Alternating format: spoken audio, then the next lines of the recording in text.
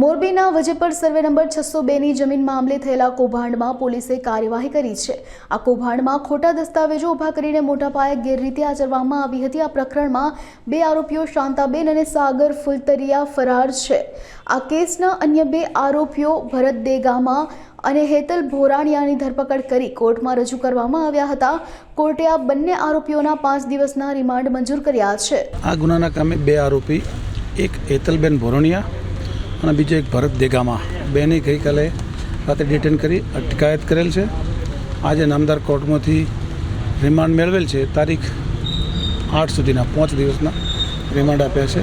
રિમાન્ડનું બંનેનું ગ્રાઉન્ડ એ છે કે ફ્રોડ્યુલન્ટ ડોક્યુમેન્ટ જે બનાવ્યા છે, ખોટા ડેથ સર્ટિફિકેટ અને જે જગ્યાએ પ્રિન્ટ થયા છે એ ઓફિસની એના જે સ્ટેશનરી છે, એના જે એસેસરી છે, એની તપાસ માટેના રિમાન્ડ અમને મેળવ્યા છે। હજી આમાં મુખ્ય 2 આરોપી જે એફઆઈઆરના છે, બંને શાંતાબેન અને સાગર ફુલતરિયા નાસ્તા ફરે છે। સાગર ફુલતરિયાનું નામદાર હાઈકોર્ટે પણ એન્ટિસિપેટરી બિલ નામંજૂર કરેલ છે અને બીજા જે ડિટેલ આમાં ઘણા બધા આરોપી ખુલે એમ છે, પણ જેમ જેમ પુરાવા મળશે એમ આગળ અમે એ સ્ટેન્ડ લઈશું।